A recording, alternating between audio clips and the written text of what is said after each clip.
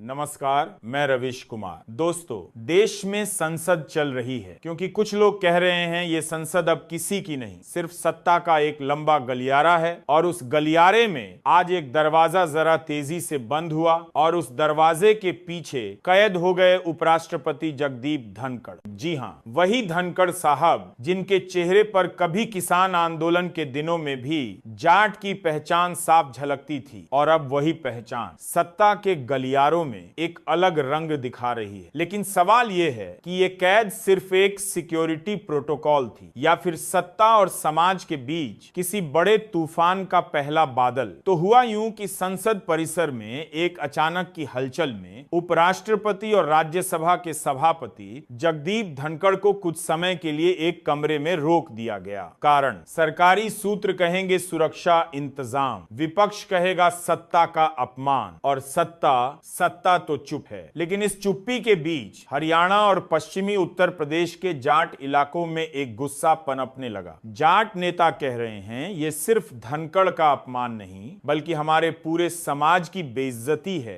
कभी जाट और बीजेपी का रिश्ता जमीन और बीज जैसा था। हरियाणा में मनोहर लाल खट्टर हो या यूपी में योगी आदित्यनाथ, जाट वोट बैंक पर इनकी पकड़ मजबूत थी। लेकिन किसान आंदोलन के बाद एक दरार पड़ी और अब धनखड़ प्रकरण ने उस दरार को और चौड़ा कर दिया है, क्योंकि जाट समाज में ये बात फैल रही है कि जब सत्ता अपने ही समाज के उपराष्ट्रपति को नहीं बख्श रही तो एक आम जाट किसान की औकात क्या होगी। इसीलिए संसद में ये मामला उठा, हंगामा हुआ, नारे लगे जाट का अपमान नहीं सहेंगे। जहां पे बीजेपी सांसद थोड़े असहज दिखे, विपक्षी सांसदों ने मुस्कुराते हुए पॉलिटिकल गोल मारने की कोशिश की। राज्यसभा के गलियारों में चाय की मेज पर चर्चा थी ये गलती है या कोई सोची समझी चाल, क्योंकि राजनीति में गलती और चाल दोनों का असर बराबर पड़ता है, बस टाइमिंग अलग होती है। हरियाणा में 10 लोकसभा सीटें जिसमें 3 से 4 पर जाट निर्णायक, पश्चिमी यूपी के 12 से 14 सीटें जहां पे जाट और गुर्जर का बैलेंस, राजस्थान यहां धनखड़ की व्यक्तिगत साख बड़ी है। अगर जाट समाज में बीजेपी के प्रति असंतोष बढ़ा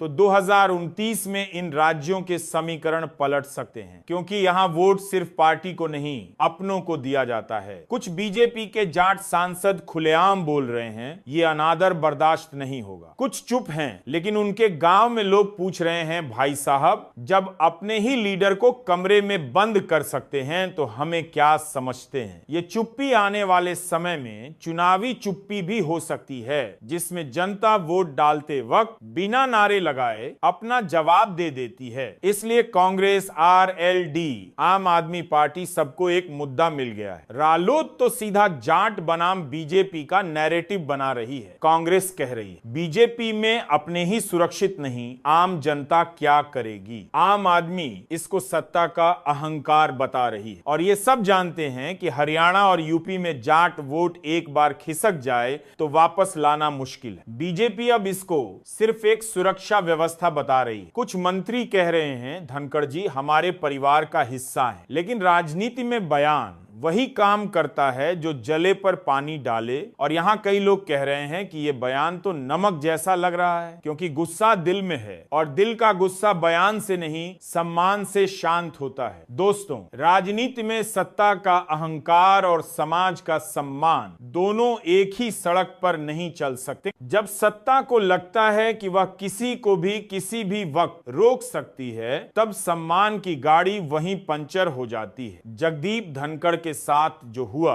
उसे आप भले एक प्रोटोकॉल कह लें, लेकिन गांव कस्बों में लोग इसे अपमान कह रहे हैं। और राजनीति में जो शब्द गांव में तय होता है वही चुनाव में वोट बनकर सामने आता है। आप सोचिए, एक उपराष्ट्रपति जो खुद एक संवैधानिक पद पर है, जिसे संविधान ने मर्यादा और अधिकार दिए, अगर उसे भी इस तरह बर्ताव झेलना पड़े तो एक साधारण नागरिक को कौन सी गारंटी है। जाट समाज का इतिहास देखिए, लड़ाई, खेती राजनीति और जुबान की सच्चाई, ये तीन चीजें कभी छुपी नहीं। इस समाज ने जो ठान लिया वो करके दिखाया, और जिसने ठान लिया कि अब किसी को वोट नहीं देना तो पूरा गांव एक जैसा फैसला करता है। कभी चौधरी चरण सिंह, फिर अजीत सिंह और अब जयंत चौधरी, ये सब इस वोट बैंक की ताकत जानते हैं। इसलिए बीजेपी ने भी ये समझ लिया था। लेकिन किसान आंदोलन के बाद जाट मतदाताओं में जो दूरी बनी वह अभी भी पूरी तरह पट्टी नहीं थी, और अब धनखड़ प्रकरण उस घाव पर फिर नमक डाल गया। ये मुद्दा सिर्फ धनखड़ का नहीं बल्कि सम्मान का है, और सम्मान की राजनीति में भावनाएं ज्यादा, तर्क कम चलते हैं। आप टीवी चैनल खोलेंगे तो आधे चैनल इस खबर को दिखाएंगे ही नहीं, बाकी आधे कहेंगे बीजेपी में सब ठीक है, विपक्ष ड्रामा कर रहा है। लेकिन अगर सब ठीक होता तो हरियाणा,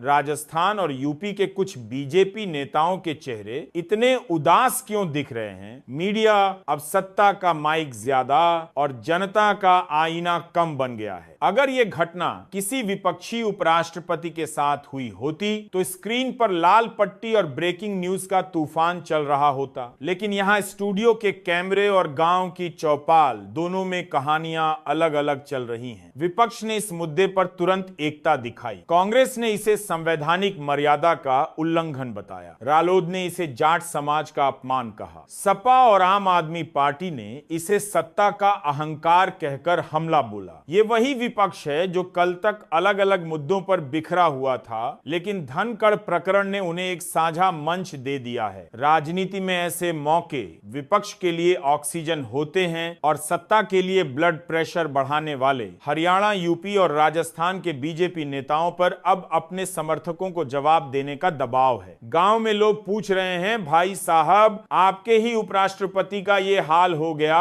और आप चुप हैं। कुछ नेता मीडिया में बचाव कर रहे हैं, लेकिन भीतर ही भीतर नाराज हैं। राजनीति में नाराजगी चुपचाप नहीं रहती, वो टिकट कटने, वोट खिसकने और मंच पर तालियां कम होने के रूप में बाहर आती है। बीजेपी को यह समझना होगा कि डैमेज कंट्रोल सिर्फ बयानबाजी से नहीं बल्कि सम्मान लौटाने से होगा। दोस्तों, राजनीति का असली इंटेलिजेंस ब्यूरो गांव की चौपाल है। वहां बैठा बुजुर्ग किसान बिना मोबाइल के देश का मूड समझ लेता है। जब चौपाल में कहा जाने लगे धनखड़ जी के साथ ठीक नहीं हुआ तो इसका मतलब है कि अगली बार वोट की दिशा बदल सकती। और यहां तो बात जाट बनाम सत्ता के भावनात्मक मुद्दे की है, जिसमें नेता, पार्टी और विचारधारा सब पीछे हो जाते हैं और अपना पराया ही पैमाना बन जाता है। आप सोच रहे होंगे इसका अंतरराष्ट्रीय राजनीति से क्या लेना देना, लेकिन याद रखिए, जब किसी देश में उपराष्ट्रपति जैसा संवैधानिक पद अपमानित होता है तो दुनिया भी नोटिस लेती है। विदेशी मीडिया में यह सवाल उठ सकता है, क्या भारत में संवैधानिक पद सुरक्षित हैं? और यह सवाल भारत की साख पर असर डाल सकता है, क्योंकि लोकतंत्र सिर्फ चुनाव से नहीं